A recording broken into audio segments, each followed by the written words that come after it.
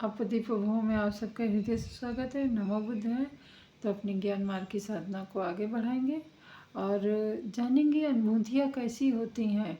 और अगर अनुभूतियाँ को हम जान भी गए, जैसे सुखद, दुखद, करुणा और मोह माया जैसी समझ भी गए, उन अनुभूतियों को समझ के भी उनको विकटित करके, जैसे आप लोग पढ़े होंगे कक्षा चौथी पाँचवीं छठी तक का, कि संधि को कैसे विच्छेद करते, शब्दों को कैसे विक्षेप करते। जैसे अनुवाद, उदाहरण के लिए बोले अनुवाद तो अनुधनवाद।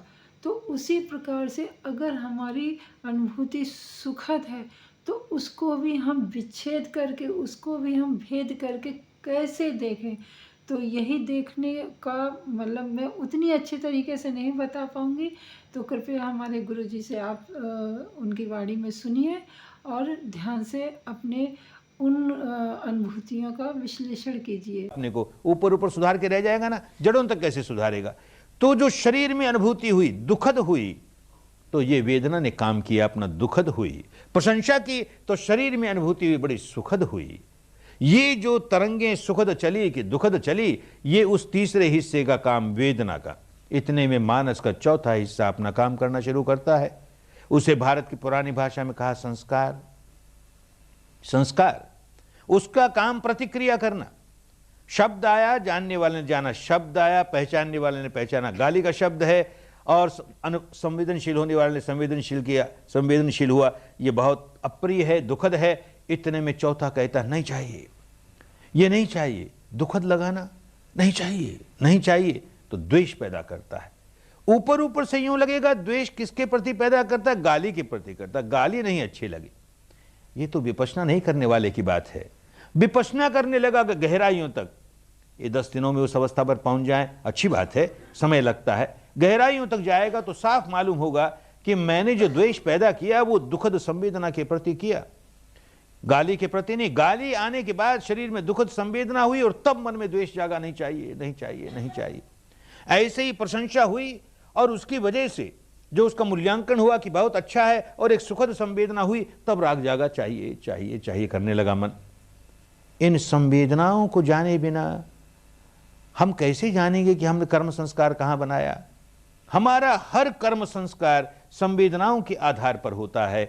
इसलिए ये साधना कर रहे हैं कि हम अपने शरीर की संवेदनाओं को बराबर जानते रहें और हम क्या प्रतिक्रिया कर रहे हैं, कैसा कर्म संस्कार बना रहे हैं, राग का बना रहे हैं, द्वेष का बना रहे हैं, राग का बना रहे हैं, उसके प्रति सजग रहें। सजग रहेंगे तो स्वभाव पलटना शुरू हो जाएगा। हम जाने ही नहीं कहां बना। सांप ने कब बांबी में से मुंह निकाला हमें पता नहीं, बाहर निकलाया, फण उठा दिया, तब हम देखते हैं सांप है, तो खतरनाक हो गया। तो कहां राग जागा वहां हमको होश ही नहीं, वो हमारे सिर पर चढ़ गया, तब हम देखते हैं कि देखिए राग जागा। द्वेष कहां जागा पता ही नहीं, सिर पर चढ़ गया तब होश आया कि देख द्वेष जागा। हम अपना सुधार नहीं कर सकते, जड़ों तक सुधार नहीं कर सकते। इसलिए ये जो संस्कार है यही कर्म है, यही कर्म का बीज है। जो विज्ञान है, जानने का काम करता है, वो कोई कर्म का बीज नहीं है, उसका कोई फल नहीं आता। ये जो संज्ञा है, पहचानने का काम करती है, मूल्यांकन करने का काम करती है, ये कोई बीज नहीं है, इसका कोई फल नहीं आता। ये जो वेदना है, अनुभूति है, सुखद या दुखद, ये कोई बीज नहीं है, इसका फल नहीं आता है। ये जो संस्कार है, संवेदना आई, सुखद आई और हमने राग का संस्कार बनाया, दुखद आई हमने द्वेष का संस्कार बनाया, वो बीज है और वो फल देगा। हमारे मानस के स्वभाव को, राग वाले स्वभाव को दृढ़ करने वाला ये संस्कार है, द्वेष वाले स्वभाव को दृढ़ करने वाला ये संस्कार है। और इस स्वभाव को पलटने का काम यहां पहुंच कर ही हो सकता है, ये बात समझनी चाहिए। संस्कार पर संस्कार बनाए जाते हैं, बनाए जाते हैं। 3 तरह के संस्कार होते हैं। एक तो ऐसा होता है कि पानी पर लकीर खींची, एक और खींचते गए, दूसरी ओर बुझती चली गई, संस्कार बना और खत्म हुआ, बना और खत्म हुआ, उसका कोई असर नहीं हुआ। एक कर्म संस्कार ऐसा होता है कि जैसे बालू पर लकीर खींची, सुबह खींची, शाम तक बुझ गई। तीसरा ऐसे होता है जैसे चट्टान पर किसी छेनी से, किसी हथौड़े से मार करके लकीर खींची, खत्म तो वो भी होगी, बहुत समय लगेगा उसे। तो जो संस्कार इतना गहरा है, ऐसा कर्म संस्कार जो इतना गहरा है पत्थर की लकीर की तरह, वो हमें नया भाव देने वाला, नया जन्म देने वाला, इतना गहरा है। इतना गहरे संस्कार भी न जाने कितने बनाते रहते हैं। दिन भर में संस्कार ही संस्कार बनाए। रात को जरा चिंतन करने बैठे कि आज दिन भर में कितने कर्म संस्कार बनाए, तो मुश्किल से 1 या 2 याद आएंगे जो बहुत गहरे गए। अरे ऐसा नहीं करना चाहिए था, हमने ऐसा कह दिया, ऐसा नहीं कहना चाहिए था, ऐसा नहीं करना चाहिए था, मन में ऐसा भाव नहीं लाना चाहिए था, वो पत्थर की लकीर वाला सामने आया।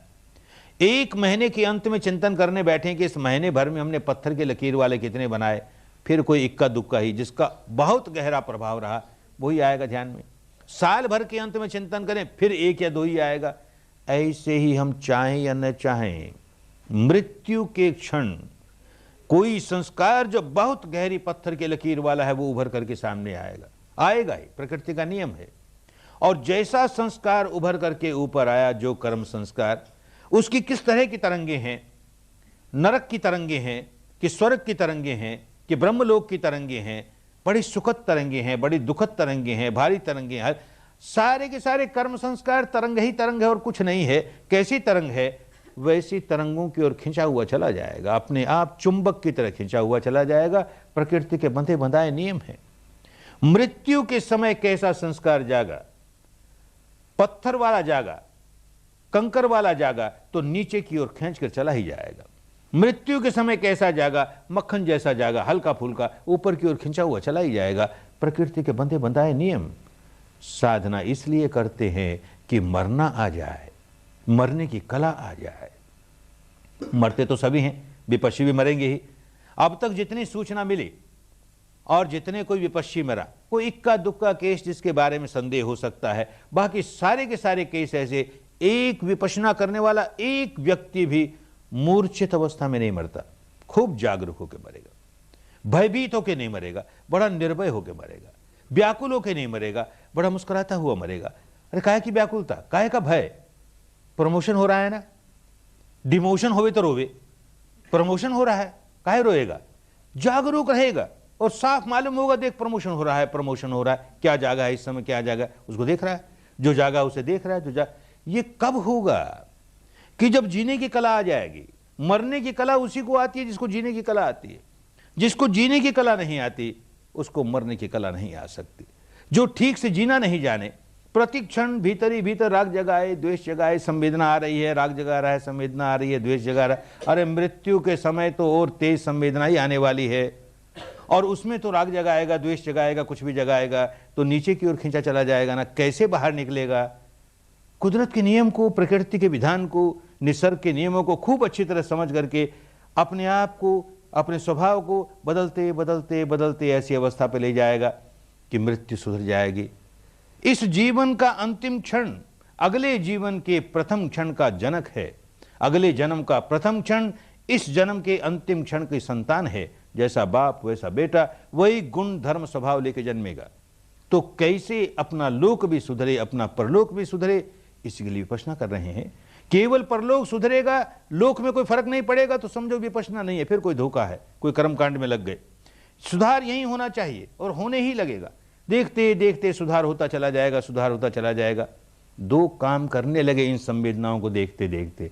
एक बड़ा काम तो ये करने लगे कि जिसको पश्चिम की भाषा में कहते हैं conscious mind, half conscious mind, unconscious mind. Bharat के मनीषियों ने ये शब्द नहीं इस्तेमाल किए क्योंकि अनकॉन्शियस कुछ नहीं होता, सब कॉन्शियस है। लेकिन फिर भी इतना तो कहा, ये ऊपर ऊपर का चित्त परित्त चित्त है, छोटा सा चित्त है और बाकी बड़ा चित्त है और इनके बीच में बहुत मोटी दीवार है। ये तो अपने अनुभव से जानेगा हर व्यक्ति। ऊपर ऊपर का चित्त इस बात को नहीं जानता कि हमारे भीतर भीतर संवेदना क्या हो रही है। ऊपर ऊपर का चित्त इस बात को नहीं जानता कि उस संवेदना की वजह से हमने राग पैदा किया कि द्वेष पैदा किया। अब ये दीवार टूट जाएगी, दोनों के बीच में जो दीवार थी वो टूट जाएगी। तो पहला काम ये होगा कि ये जो ऊपर वाला चित्त है उसको सब मालूम होने लगेगा। जिसको अचेतन कहें या चेतन कहें, सब चेतन हो जाएगा, सारा कॉन्शियस हो जाएगा, सुपर कॉन्शियस हो जाएगा। इस 3.5 हाथ की काया में जो हो रहा है खूब जानेगा, अनजाने कुछ नहीं रह जाएगा। एक बड़ा काम होगा, बहुत बड़ा काम होगा। दूसरा बड़ा काम ये होगा कि ये जो अचेतन चित्त जिसे कहते हैं, ये जो अंतर्मन जिसे कहते हैं, वो इन संवेदनाओं को महसूस करके राग पैदा करने का, द्वेष पैदा करने का जो स्वभाव बनाए हुए है और इस स्वभाव में गिरफ्त हो गया, बंदी बन गया, इसके बाहर निकल नहीं सकता, अंधा है, उसका स्वभाव तोड़ने का काम कर रहे हैं। अब भी बात तो वही है। इस अंतर्मन को महसूस होता है कि देखिए अप्रिय है, दुखद है, इसे महसूस होता है ये प्रिय है, ये सुखद है, लेकिन वो राग नहीं पैदा करता, वो द्वेष नहीं पैदा करता। वो कहता देख भाई, इसको देख समता के साथ, थोड़ी देर देख, देख तो सचमुच नित्य है क्या, शाश्वत है क्या, ध्रुव है क्या। देखते देखते मालूम होता अनित्य है, नश्वर है, भंगुर है। अरे जो अनित्य है, भंगुर है, देर सबेर समाप्त हो जाने वाला है, वो कितना ही सुखद क्यों ना हो, क्या राग करें रे, खत्म होने वाला है ये तो। और दुखद है, देखते देखते खत्म होने वाला है, देर से हो जाए सवेर हो जाए, क्या द्वेष करें इसके साथ, देखते देखते समाप्त हो जाएगा। ऐसे होश जागेगा तो ये बुद्धि वाला होश नहीं, ये अनुभूति वाला होश, ये केवल कॉन्शियस माइंड का होश नहीं, डीप अनकॉन्शियस का होश जागेगा। स्वभाव पलटना शुरू हो जाएगा, स्वभाव पलटना शुरू हो जाएगा, बहुत बड़ा कल्याण होगा। आशा है कि आपको गुरु जी द्वारा बताई हुई अनुभूतियों का विश्लेषण करना आ गया होगा, उसको भेदना आ गया होगा और उसको भेद भेद के टुकड़ों टुकड़ों में करके देखना आ गया होगा। तो मिलते हैं अगली वीडियो में, तब तक के लिए नमो बुद्धाय। मंगल हो आपका भी, हमारा भी, सृष्टि के समस्त प्राणीजनों का। नमो बुद्धाय।